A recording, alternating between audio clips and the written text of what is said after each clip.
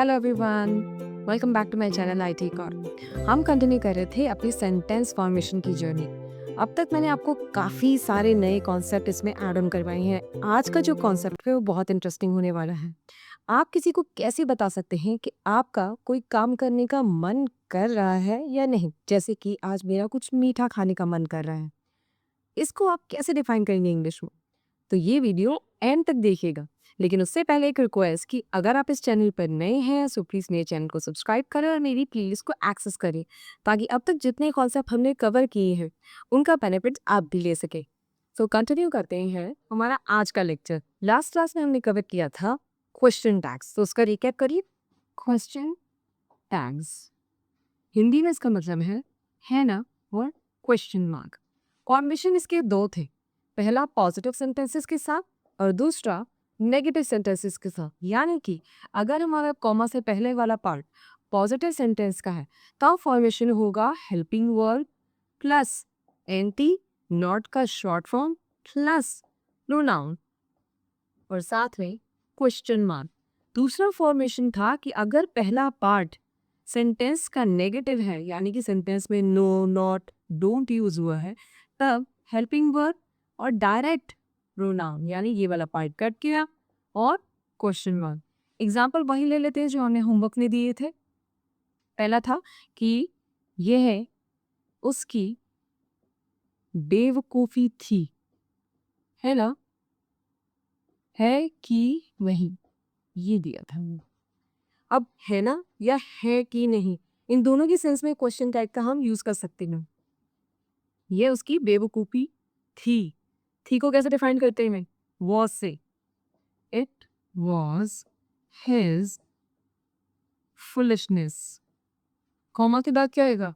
क्योंकि हमारा पहला सेंटेंस नेगेटिव का नहीं है, नो, नॉट, डोंट यूज नहीं हुआ, तो हमारा बाकी का पार्ट नेगेटिव में होगा। हेल्पिंग वर्ब क्या है इसमें? वॉज। क्योंकि जो पॉजिटिव वाले सेंटेंसेस है उसमें नॉट आता है तो ये बना wasn't और प्रोनाउन क्या है? It, wasn't it। अब अपना नेक्स्ट एग्जांपल देख लेते हैं। नेक्स्ट सेंटेंस दिया था मैंने होमवर्क में, उनके पास टीवी नहीं है ना। इसको ट्रांसफॉर्म कर लेंगे, दे डोंट हैव टीवी। क्योंकि इनके पास अभी नॉट यूज हो गया होम कोमा से पहले, तो कोमा के बाद के सेंटेंस में क्या होगा? पॉजिटिव, सिर्फ हेल्पिंग वर्ब डू और साथ में प्रोनाउन। कौन सा प्रोनाउन है? They, do they. इनके साथ अपने आंसर मैच कर लीजिए। आप कुछ एक्स्ट्रा पॉइंट क्वेश्चन टैग से रिलेटेड जो कि लास्ट क्लास में कवर नहीं किए due to some lack of time. इसका पहला पॉइंट है, फर्स्ट अगर कोई सेंटेंस लेट अस या फिर लेट्स से स्टार्ट हो तब उसका क्वेश्चन टैग क्या होगा?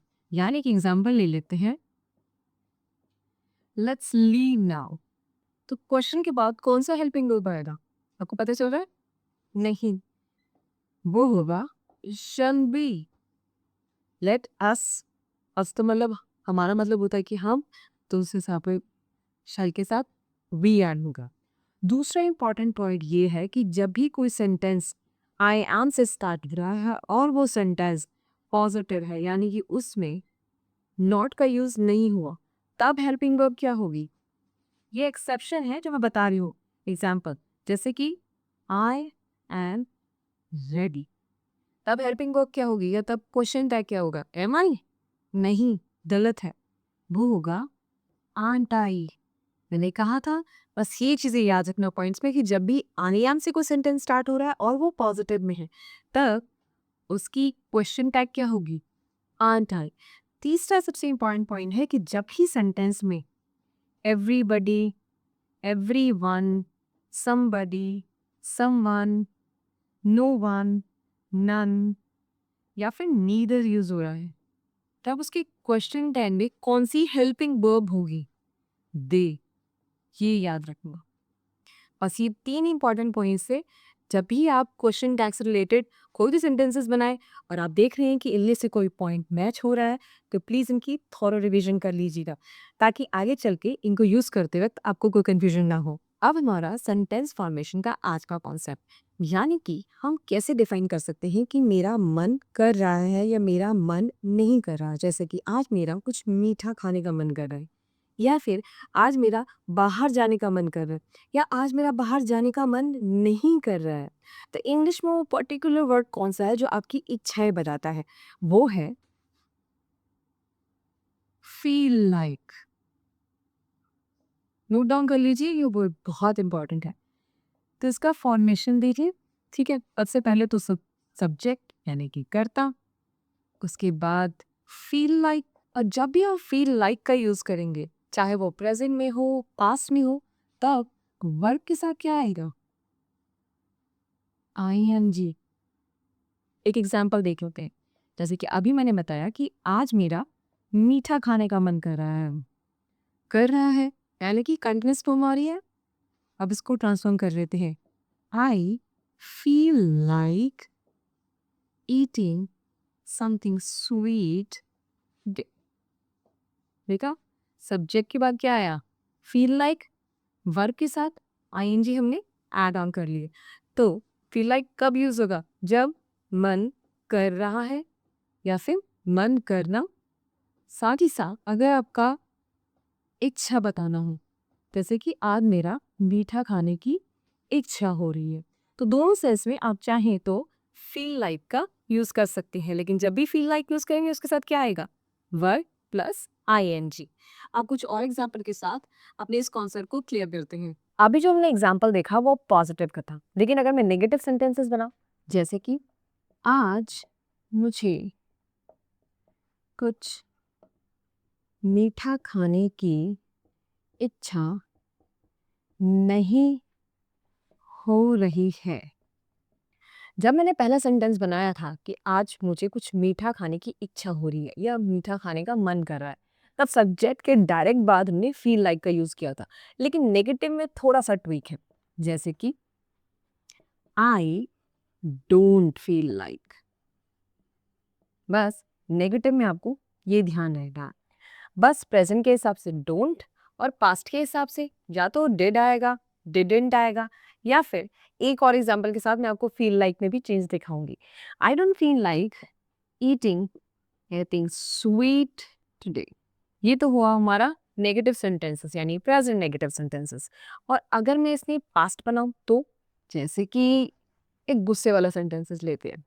वह ऐसे बात कर रहा था कि मुझे उसे थप्पड़ मारने की इच्छा हुई। इच्छा हुई पास्ट का सेंटेंस, तो अब इसको फॉर्म कर लेते हैं। कर रहा था, ये भी पास्ट का, लेकिन कौन सा? पास्ट कंटिन्यूस का, अगर आपने टेंस कवर किए हैं तो। वैसे बात कर रहा था, he was talking like this that I felt like.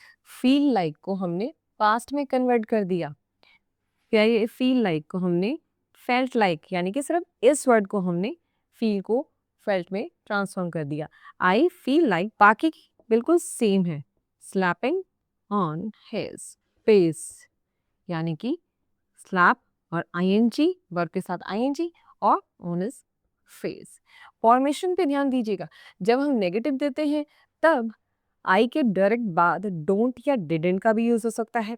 और अगर पास्ट सेंटेंस है यानी कि जिसकी बात हो रही है, जिसमें इच्छा की जाहिर होने की बात हो रही है, वो पास्ट में हो, तब फील लाइक को हम फेल्ट लाइक कर देंगे। ये हमारा आज के कॉन्सेप्ट से रिलेटेड होमवर्क है। इन दोनों सेंटेंसेस को नोट डाउन कीजिए और इनको आज के कॉन्सेप्ट के साथ यानी फील लाइक के साथ ट्रांसफॉर्म करने की कोशिश कीजिए, और अपने आंसर कमेंट में जरूर प्रोवाइड करवाइएगा। अब रैप अप करते हैं हमारा आज का concept with the vocabulary of the day. और आज का हमारा vocabulary of the day word है एडमोनिश। एडमोनिश का मीनिंग होता है हिंदी में किसी को डांटना या फिर फटकारना। एक एग्जाम्पल देख लेते हैं इसका।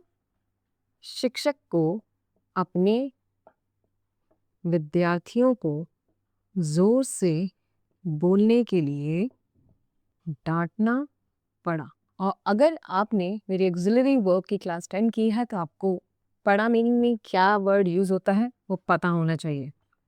शिक्षक को अपने विद्यार्थियों को जोर से बोलने के लिए डांटना पड़ा। सो टीचर हैड टू बताया हुआ है ऑक्सिलरी वर्ब में, had to admonish the students or his students or talking loudly. I hope इस वर्ड से रिलेटेड आपको कोई डाउट्स नहीं रहे होंगे और आज का कॉन्सेप्ट जो हमने कवर किया है उस पे भी आपको मज़ा आया होगा। सो नेक्स्ट टाइम अगर आपको कहना पड़े कि मुझे बाहर जाने का मन कर रहा है, सो यू नो कि आपको कौन सा वर्ड यूज़ करना है। अब अपनी क्लास यहीं पर रैप अप करती हैं। Till the time keep reading, keep speaking, keep practising. Don't forget to like, share and subscribe and we will see you in our next video. Till the time, bye bye.